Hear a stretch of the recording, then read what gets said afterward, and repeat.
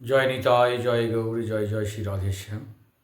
সকল ভক্তবৃন্দের চরণে দণ্ডবত প্রণাম জানিয়ে আজ চৈত্র মাসের কৃষ্ণপক্ষের যে একাদশী, সেই একাদশী সম্পর্কে আজকের আলোচনা। চৈত্র মাসের কৃষ্ণপক্ষের একাদশী পাপমোচনী একাদশী। এই একাদশী ব্রত আগামী 15ই মার্চ রবিবার এই ব্রত পালন করতে হবে। সকলেই আপনারা একাদশী ব্রত পালন করুন। পাপমোচনী একাদশী, পাপকে মোচন করবে এই একাদশী। এই একাদশী মাহাত্ম্যে আমরা জানতে পারব মেধাবী নামে এক ঋষিকুমার মঞ্জুঘোষা নামে এক সুন্দরী অপ্সরার মোহে পড়েছিল। অপ্সরা যারা আছে তারা তো সুন্দরী হবে স্বাভাবিক।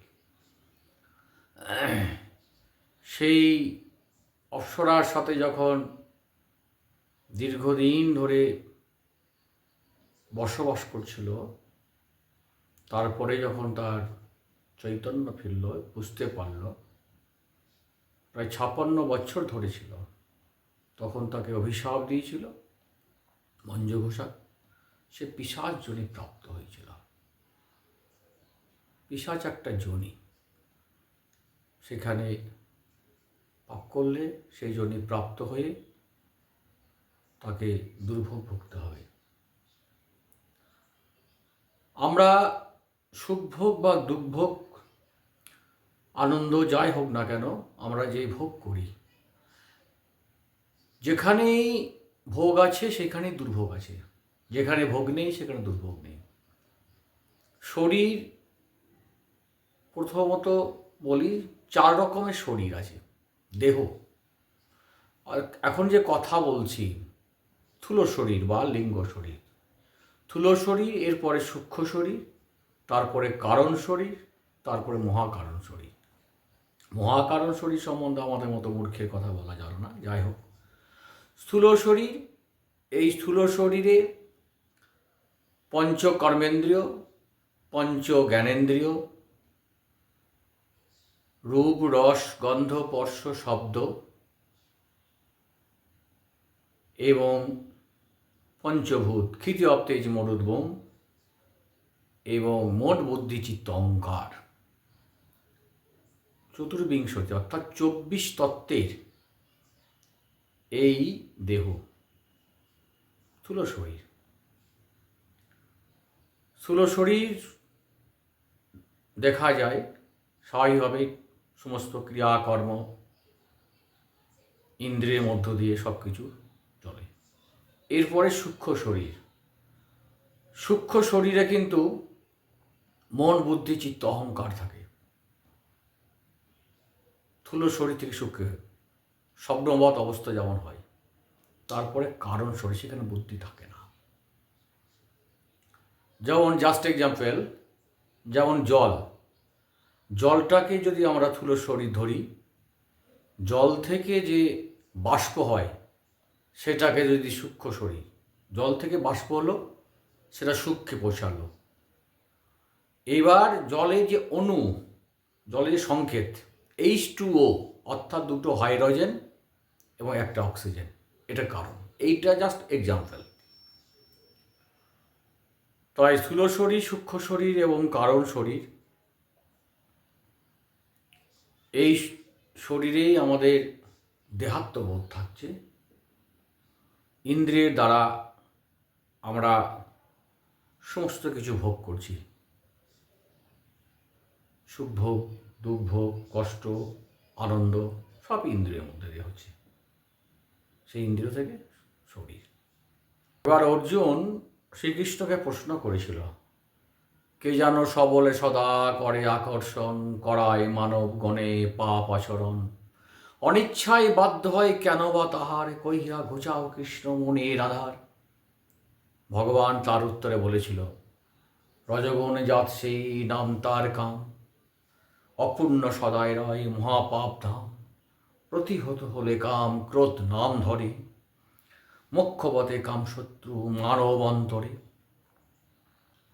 ধূমেরতে আবৃত্ত রাখে বর্ষিণীকে যেমন, ধোলায় আবরি রাখে যেমন দর্পণ, জরায়ও ঢাকিয়া রাখে ভুনোকে যেমন, কামনাও ঢাকিয়ে রাখে জ্ঞানকে তেমন।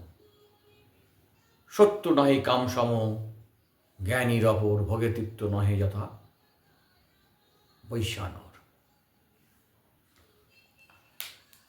কাম ক্রোধ লোভ তিন নরকের দ্বার, আত্মনাশকারী অত্যাজ্য সভাকার। সুতরাং এখানে যে অভিশাপ পেয়েছিল মঞ্জুঘোষা, সেখানে পিশাচজনে প্রাপ্ত হয়েছিল। সাধু থেকে সাবধান হতে হবে। সাধুর সঙ্গে তার কাছে শুধু আত্মজ্ঞানের জন্য, আত্মচিন্তনের জন্য, নিজের উদ্ধারের জন্য এই চিন্তা ভাবনা থাকা উচিত। ঋষিরা অভিশাপ দিয়েছিল, যেমন গন্ধর্বনন্দন হুহুকে দেবল ঋষি অভিশাপ দিয়েছিল।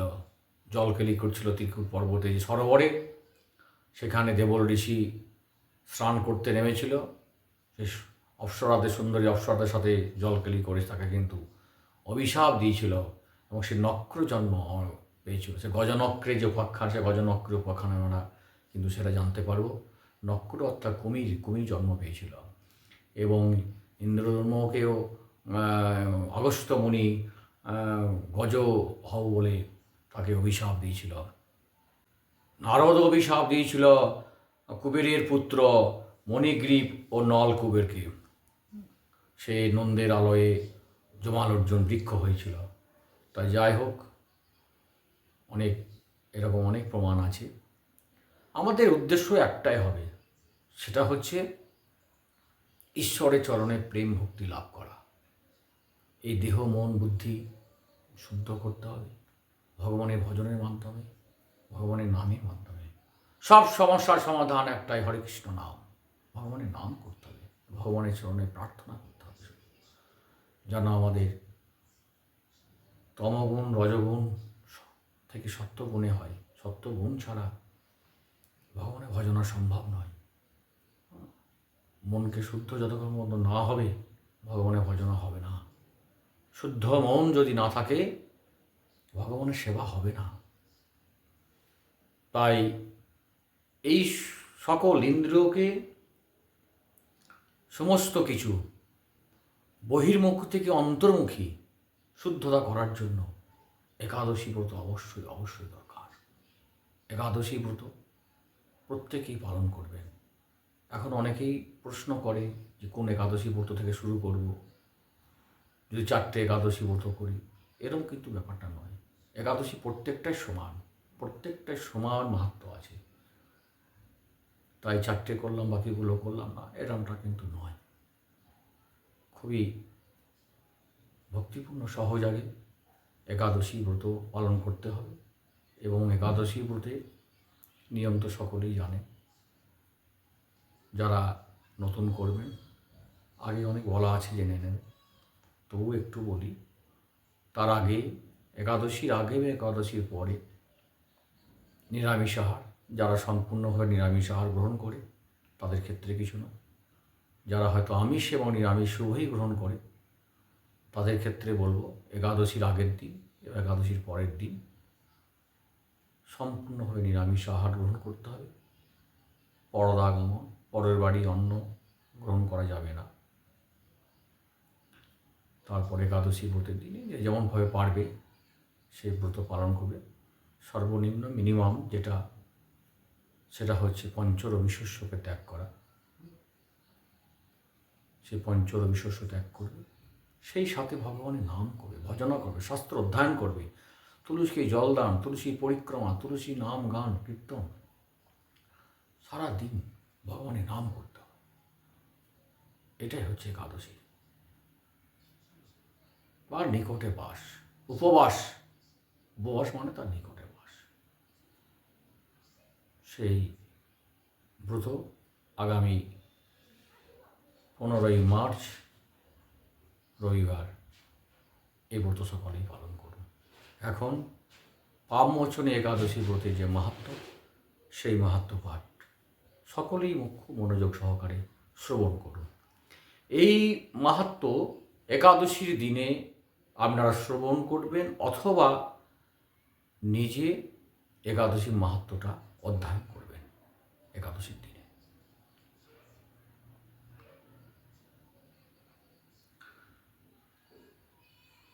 পাপমোচনে একাদশী ব্রত মাহাত্ম্য। যুধিষ্ঠির শ্রীকৃষ্ণকে বললেন, হে জনার্দন, চৈত্র মাসে কৃষ্ণপক্ষ একাদশীর নাম ও মাহাত্ম্য কৃপা করে আমাকে বলুন। শ্রীকৃষ্ণ বলেন, হে ধর্মরাজ যুধিষ্ঠির, আপনি ধর্ম বিষয়ের প্রশ্ন করেছেন। এই একাদশী সকল সুখের আধার, সিদ্ধি প্রদানকারী ও পরম মঙ্গলময়, সমস্ত পাপ থেকে নিস্তার বা মোচন করে বলে এই পবিত্র একাদশী তিথি পাপমোচনী নামে প্রসিদ্ধ। রাজা মান্ধাতা একবার লোমশ মুনিকে এই একাদশীর কথা জিজ্ঞাসা করেছিলেন। তার বর্ণিত সেই বিচিত্র উপাখ্যানটি আপনার কাছে বলছি, আপনি মনোযোগ দিয়ে তা শ্রবণ করুন। প্রাচীনকালে অতি মনোরম চৈত্ররথ পুষ্প উদ্যানে মুনিগণ বহু বছর ধরে তপস্যা করতেন। একসময় মেধাবী নামে এক ঋষি কুমার সেখানে তপস্যা করতেন। মঞ্জুঘোষা নামে এক সুন্দরী অপ্সরা তাকে বশীভূত করতে চাইল, কিন্তু ঋষির অভিশাপের ভয়ে সে আশ্রমে 2 মাইল দূরে অবস্থান করতে লাগলো। বিনা বাজিয়ে মধুর স্বরে সে গান করত। একদিন মঞ্জুঘোষা মেধাবীকে দেখে কামবানে পীড়িতা হয়ে পড়ে। এদিকে ঋষি মেধাবী অপ্সরার অনুপম সৌন্দর্য দেখে মুগ্ধ হয়ে পড়ে। তখন সেই অপ্সরা মুনিকে নানা হাব ভাব ও কটাক্ষ দ্বারা বশীভূত করে। ক্রমে কাম পরবশ মুনি সাধন ভজন বিসর্জন দিয়ে তার আরাধ্য দেবকে বিস্মিত হন। এইভাবে অপ্সরার সাথে কামক্রিয়ায় মুনির বহু বছর অতিক্রান্ত হলো। মুনিকে আচার কষ্ট দেখে সেই অপ্সরা দেবলোকে ফিরে যেতে মনস্থ করলো। একদিন মঞ্জুঘোষা মুনিকে বলতে লাগলো, হে প্রভু, এখন আমাকে নিজ গৃহে ফিরে যাবার অনুমতি প্রদান করুন। কিন্তু মেধাবী বললেন, হে সুন্দরী, তুমি তো এখন সন্ধ্যাকালে আমার কাছে এসেছো, প্রাতকাল পর্যন্ত আমার কাছে থেকে যাও। মুনির কথা শুনে অভিশাপ হয়ে সেই অপ্সরা আরও কয়েক বছর তার সাথে বাস করলো। এভাবে বহু বছর, 55 বছর 9 মাস 7 দিন অতিবাহিত হলো। দীর্ঘকাল অপ্সরা সহবাসে থাকলেও মেধাবীর কাছে তা অর্ধরাত্রি বলে মনে হলো। মঞ্জুঘোষা পুনরায় নিজ স্থানে গমনের প্রার্থনা জানালে মুনি বললেন, এখন প্রাতকাল, যতক্ষণ পর্যন্ত আমি সন্ধ্যা বন্দনা না সমাপ্ত করি ততক্ষণ পর্যন্ত তুমি এখানে থাকো। মুনির কথা শুনে ঈষৎ হেসে মঞ্জুঘোষা তাকে বলল, হে মুনিবর, আমার সহবাসে আপনার যে কত বছর অতিবাহিত হয়েছে তাই একবার বিচার করে দেখুন। এই কথা শুনে মুনি স্থির হয়ে দেখলেন যে তার 56 বছর অতিবাহিত হয়ে গেছে। মুনি তখন মঞ্জুঘোষার প্রতি ক্রোধ পরবশ হয়ে বললেন যে, রে পাপিষ্ঠে, দুরাচারিণী তপস্যায় ক্ষয়কারিণী, তোমাকে ধিক, তুই পিশাচি হ। মেধাবীর সবে অপ্সরার শরীর বিরূপ প্রাপ্ত হলো। তখন সে অবনত মস্তকে মুনির কাছে সাপ মোচনের উপায় জিজ্ঞাসা করল। মেধাবী বললেন, হে সুন্দরী, চৈত্র মাসে কৃষ্ণপক্ষিয়া পাপ মোচনে একাদশী সর্বপাপ ক্ষয়কারিণী। সেই ব্রত পালনে তোমার পিশাচত্ব দূর হবে। পিতার আশ্রমে ফিরে গিয়ে মেধাবী বললেন, হে পিতা, এক অপ্সরার সঙ্গদশে আমি মহাপাপ করেছি। এ প্রাশ্চিত কি, তা কৃপা করে আমাকে বলুন। উত্তরে চবনমণি বললেন, চৈত্র মাসে কৃষ্ণপক্ষিয়া পাপ মোচনে একাদশী ব্রতের প্রভাবে তোমার পাপ দূর হবে। পিতার উপদেশ শুনে মেধাবী সেই ব্রত ভক্তি ভরে পালন করল। তার সমস্ত পাপ দূর হলো। পুনরায় তিনি তপস্যায় ফল লাভ করলেন। মঞ্জুঘোষাই ব্রত পালনের ফলে পিশাচত্ব থেকে মুক্ত হয়ে দিব্য দেহে স্বর্গে গমন করল। হে মহারাজ, যারা এই পাপ মোচনে একাদশী পালন করেন তাদের পূর্বকৃত সমস্ত পাপই ক্ষয় হয়। এই ব্রত কথা পাঠ ও শ্রবণে সহস্র গোদানের ফল লাভ হয়। পালন পরের দিন অর্থাৎ 16ই মার্চ সোমবার সকাল 5:51 হইতে সকাল 9:41 মধ্যে। সকলেই এই ব্রত মনোযোগ সহকারে পালন করুন এবং নির্দিষ্ট সময়ে পালন করুন।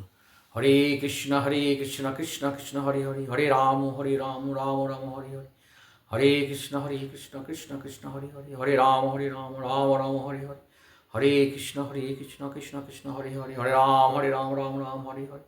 নিতাই গৌর হরি গৌর হরি গৌর। একাদশী মহারানী কি জয়, একাদশী মহারানী।